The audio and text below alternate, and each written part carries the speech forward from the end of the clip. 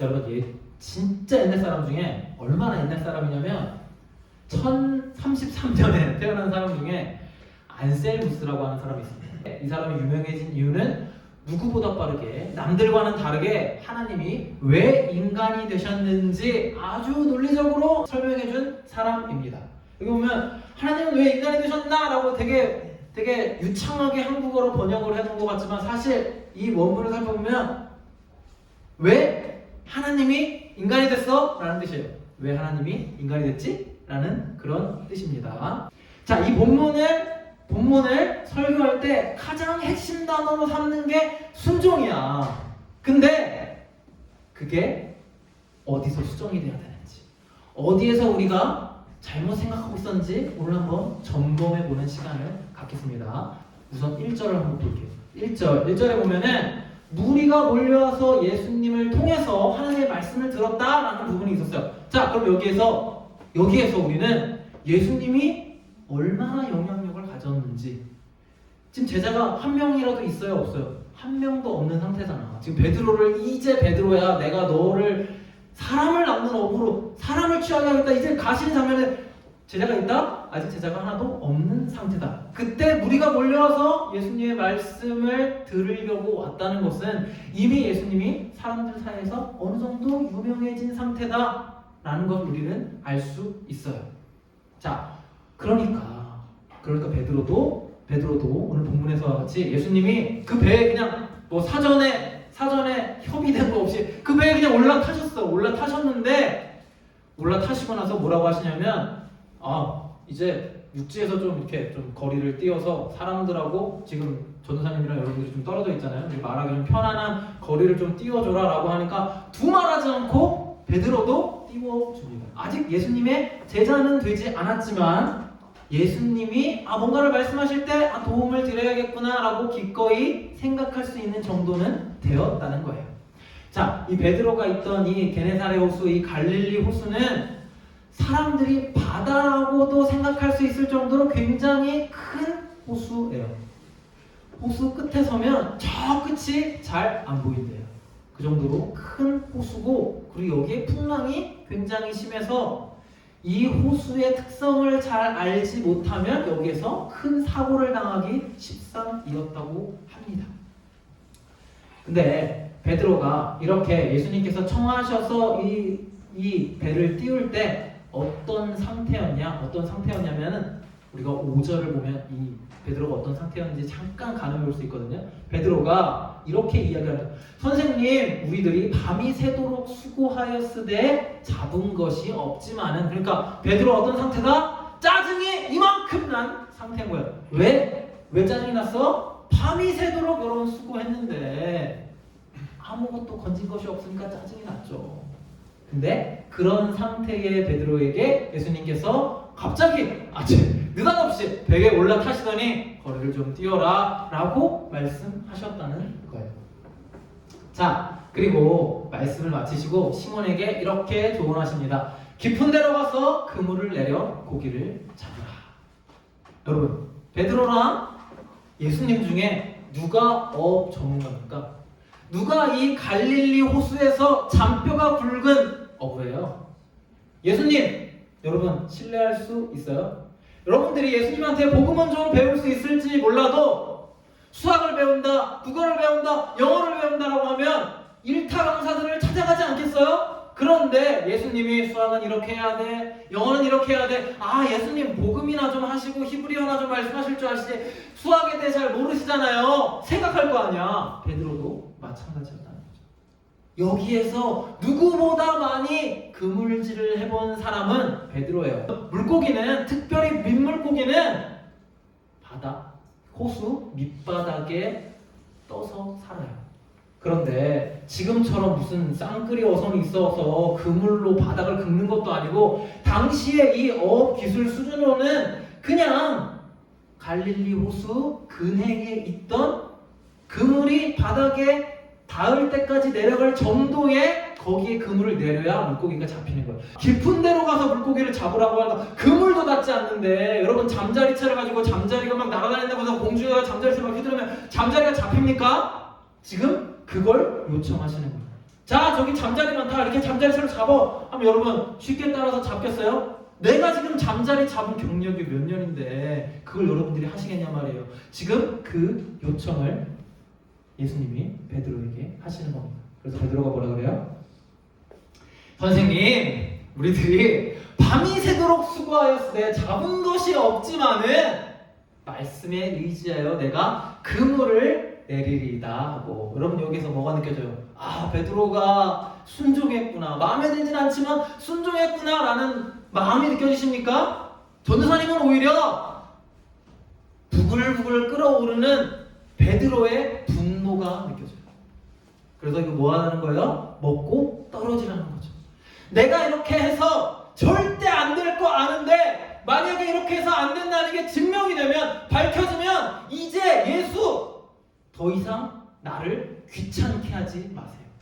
내 배에 함부로 올라오는 이런 무례한 짓을 앞으로 절대 하지 마. 내가 당신이 어떤 사람인지 모르겠는데, 그래 말씀 꽤나 전하면 꽤 유명한 사람인 걸 알겠는데, 이번 당신의 결정을 내가 한번 따라줄 테니 다시는 저 귀찮게 하지 마세요 라고 생각하지 않았을까요? 그래서 이런 순종이 될 수 없는 이유에 대해서 우리는 이야기할 겁니다. 여러분, 우리가 순종에 대해서 이야기할 때 흔히 이런 이야기를 많이 해요. 즉시 온전히 기꺼이 따르는 게 순종이라고 합니다. 그럼 베드로의 모습을 봤어요. 베드로 즉시 따랐나요? 아니요. 무슨 군말을 했어요? 제가 밤새도록 그물을 내렸는데 건진 것이 없지만은 군소리를 하고 있잖아. 온전히 했겠습니까? 그 깊은 물에 그물을 던질 때 어떤 생각을 하면서 그물을 던졌겠어요? 이게 뭐 되겠어? 말도 안 되는 이걸 하라고? 그리고 기꺼이 기쁜 마음으로 지금 밤새도록 지금 그물질을 했는데, 물고기가 안 잡혀서 지금 화가 짜증이 이만큼 나 있는데 그게 기쁘게 순종할 수 있겠습니까? 그래서 5절에 등장하는 이 베드로의 모습은 결코 순종의 모습이라고 볼 수 없다는 거예요. 자, 그렇다면 오늘 이 본문이 그러면 순종의 모습을 담고 있지 않느냐? 그건 아닙니다. 오늘 본문에 분명히 베드로와 요한과 야고보가 온전히 순종한 내용이 들어 있어요. 자, 그것은 바로 누가복음 5장 11절에 있습니다.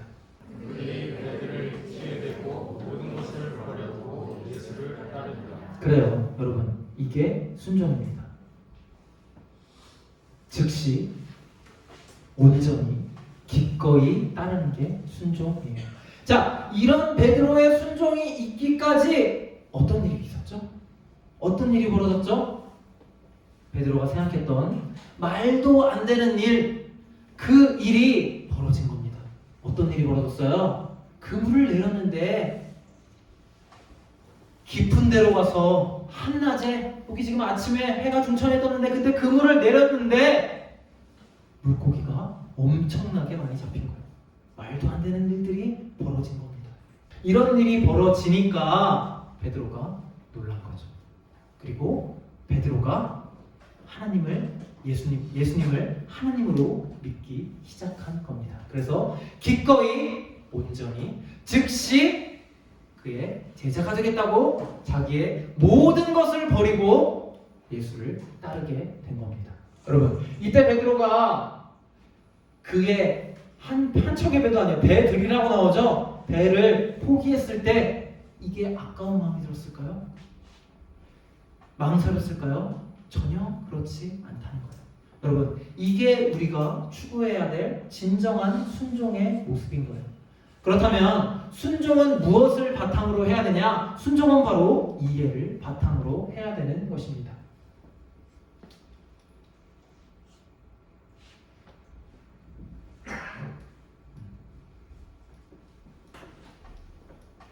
순종은 반드시 이해를 바탕으로 해야 돼요. 자, 아까 우리가 처음에 살펴봤던 그 안셀무스라고 하는 사람이 또 어떤 말을 했느냐? 나는 이해하기 위해 믿는다라고 하는 굉장히 유명한 말을 해요. 나는 이해하기 위해 믿는다.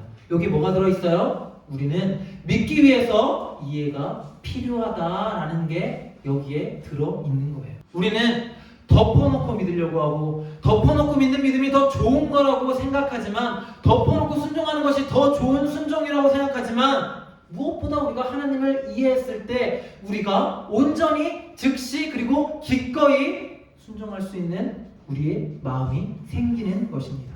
그래서 우리에게 하나님을 이해하는 거, 복음에 대한 이해가 굉장히 중요해요. 그냥 덮어놓고 하나님을 믿는 믿음이 좋은 믿음이 결코 아니라는 거예요. 여러분, 믿음이 어떻게 생길까요? 믿음은 상대방이 나에게 신뢰를 줘야, 상대방이 나를 믿게 해야 믿는 거예요. 하나님께서 우리에게 신실함을 꾸준하게 보여주셔서 우리가 하나님을 믿게 해야, 우리가 하나님을 믿게 해야 우리가 하나님을 믿는 그 마음들이 생기는 거라니까요.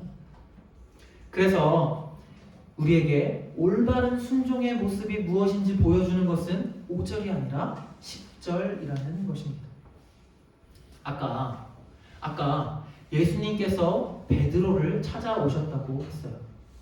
예수님을 따르는 무리가 여러 있었다고 했습니다. 왜 그 중에서 하필 예수님은 베드로를 찾아가셨을까요?